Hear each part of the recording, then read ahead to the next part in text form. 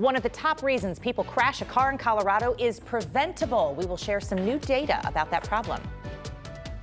Some U.S. lawmakers looking to make daylight saving time permanent after a new bill clears the House. Also here at 5 o'clock, how this change could hurt some popular Colorado tourist destinations. We start at 5 o'clock with a live look outside near Colorado College in the Springs. Another hot and dry day on tap this weekend, not just today, but across the state. We do finally, though, have some relief at our doorstep. Thanks for joining us. I'm Jennifer Meckles. And I'm Drew Carney. Let's talk about that forecast. A lot of people waking up this morning saying, what's it going to be like this weekend?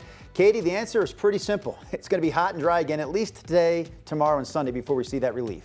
You called it, yes. So 90s on tap for this afternoon. A lot of sunshine we'll see for today, and highs back to the low and upper 90s. And that will be the name of the game through at least Sunday. Then changes arrive. But this morning, it's upper 60s to low 70s, mostly clear to partly cloudy skies. Your weather headlines, happy Friday to you, Colorado. Another stretch of 90s will be with us, in even upper 90s, potentially for Sunday and Monday with heat advisories. Mountain storms, mainly west and south of I-70. I'll show you futurecast coming up, and then wet weather arrives for more of the state, including the metro area and Front Range into next week. But for this morning, it's nice and dry with 60s, Greeley, Fort Collins, 71 degrees in our backyard, so a very mild start to the morning. Temperatures later on in the low to mid 90s, 94 the expected high out of Denver International Airport. Winds stay relatively calm. So with the calm winds and that stagnant air, hot and dry conditions, another air quality alert is in place. Another ozone action alert day for the Front Range, urban corridor, Greeley, Fort Collins with 70s and 80s in the mountains. Here's futurecast. You can see after 1 o'clock southern Colorado. So our San Juans, Telluride, Montrose to Durango. We have that potential for some wet weather. I'll take you through the extended forecast still to come. But first, Chris, how are things looking on the roads this morning? We are looking pretty good out there this morning. Good morning to you. A couple of cameras pulled up for you here. I'll step out of the way. You can take a view. All 4 of these views here moving along smoothly at posted speed limits on I-25, the Boulder Turnpike, 225, and also on I-70. If we flip over to the maps, I can show you if you're heading out to the airport, maybe you have an early morning flight, hopefully a little weekend getaway. No issues on Pena Boulevard. We are completely green all the way out to the airport. And same story metro-wide, no accidents and overnight construction projects. They're starting to wrap up with no eventful issues overnight. All right, thank you, Chris. In our headlines here at 5 o'clock, an investigation is underway after a man died in the custody of Denver police. Now, police say it happened back on Tuesday evening when the man got into someone's car on East Colfax wearing only his underwear. A person in that car told police that they hit the man several times and pulled him out of the car. Officers found him inside a nearby business, put him in handcuffs. Denver police say they also requested EMS assistance. The man was taken to a hospital where he later died. The medical examiner will determine his cause of death.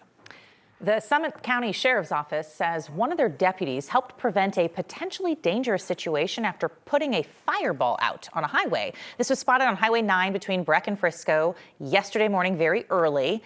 It was next to dry grass along the highway. Body camera video shows the deputy using a fire extinguisher to put it out. The sheriff's office says the fireball, they believe, was some kind of construction material, maybe insulation. We have nothing to make us believe it's suspicious, but we also don't know that it's not suspicious or not intentional. What we do know is it's absolutely out of the ordinary. Not every night do we come across very, construction material on fire in the middle of the road at 2:30 in the morning. Yeah, wouldn't think that's a good thing to find. Cause is still under investigation. The sheriff's office says if anybody knows anything, please give them a call. State troopers are telling drivers to put their phones down after new numbers show distracted driving was the second most common cause of crashes last year. State Patrol says close to 4,000 crashes in 2025 were the direct result of distracted driving. Under Colorado's hands-free law, you can get fined and lose points on your license for using or even just holding your phone behind the wheel.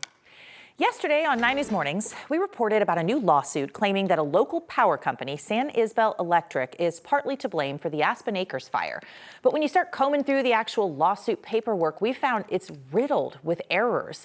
The Aspen Acres fire has burned nearly 100,000 acres already, about 155 square miles in southern Colorado, an area roughly the size of Denver. The lawsuit, filed on behalf of 4 people, claims that equipment belonging to San Isabel Electric was a substantial factor in the origin of the fire. That lawsuit was filed by the very same firm that sued Xcel Energy after the Marshall fire. It also incorrectly claims at least one person was killed and dozens were injured. It incorrectly cites dates and locations associated with the Marshall Fire. The attorney told us an amended complaint would be filed. San Isabel Electric would not comment on the claims in the suit, but said it is conducting an investigation.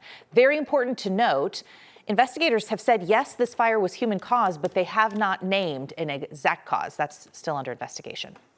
A lot of people evacuated because of that fire can go back to their homes now. Some homes we know have been destroyed, others seemingly untouched. Now, there could be a number of reasons for that, including fire mitigation work that may or may not have been done to the property before the fire started.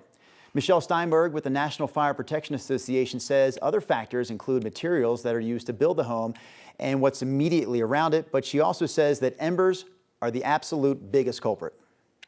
Those are the burning pieces of material that are coming out of the main body of the fire and blowing into your gutters, up under your eaves, into your crawl spaces, perhaps.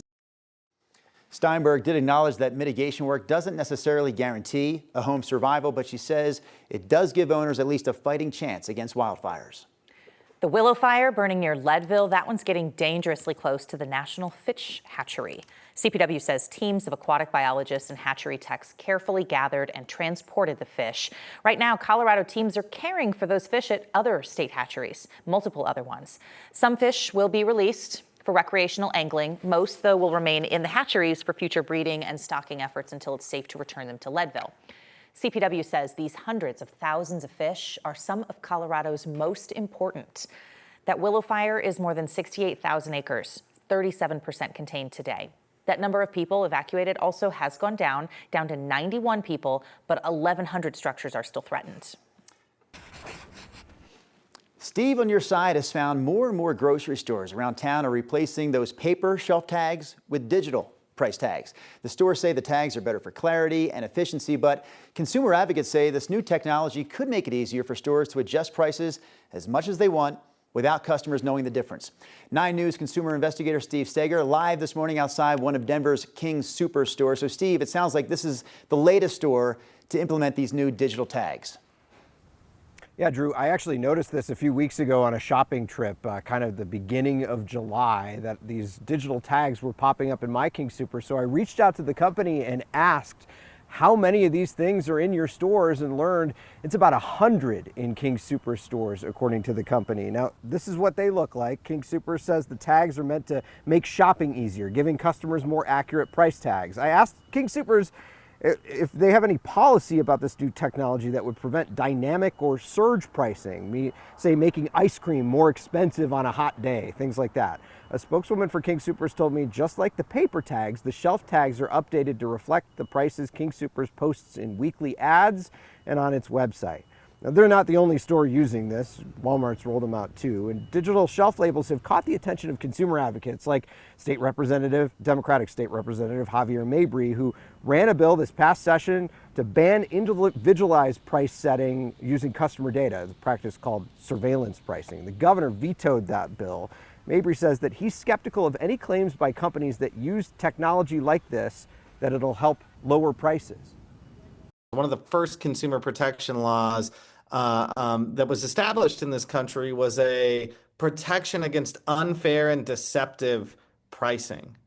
Well, the premise there is that there should be a set price in the first place. If they can change the label throughout the day, how are customers supposed to even know what the price of something is? So a recent study from last summer that looked at these digital price tags and their rollouts over the first few years found very little evidence of price flexing based on the day, situations like that. And again, King Super says that the prices on those digital tags should reflect the prices that are in their circular that you get in the mail or the website if you're logging in and looking for prices there. And she also says that the change frees up some King Super's employees who were usually out going around and making sure all that the paper tags were all correct to actually go out and help customers. I'm Steve Steger, Steve on your side, 9 News. Steve, thank you. As the Sunshine Protection Act heads to the Senate, we're taking a closer look at how a later sunrise could impact some of Colorado's biggest tourist destinations. If this moves forward, it's been, kind of pending for a long time, it would permanently keep us in daylight saving time, which would give us later sunrises in the winter. For skiers, some resorts might have to open later, like 9:30, even 10 in the morning, pushing traffic into the mountains back later. With safety and maintenance work usually taking place in the early hours, it could force some employees to wait until daylight to do that work. Our partners at the Denver Gazette spoke to a spokesperson with A-Basin who says they are just beginning to digest this possible change. Over at Red Rocks, officials could change how they put on the annual Sunrise Easter service. The Colorado Council of Churches would have to move the service to an hour later than usual. Important to note that Colorado is one of the 19 states that has already decided we're game for this change if it happens. It would only happen, though, here if A, the feds approve it, and B, our neighbor states have to be on board too and commit. Colorado's wildlife leaders are weighing controversial changes to how animals like beavers and coyotes are managed. Yesterday, the CPW Commission narrowly passed a limit on the number of fur-bearing animals that a hunter can bag in a day to just 2. Before yesterday, there were no limits, no daily hunting limits on the 17 species covered by this.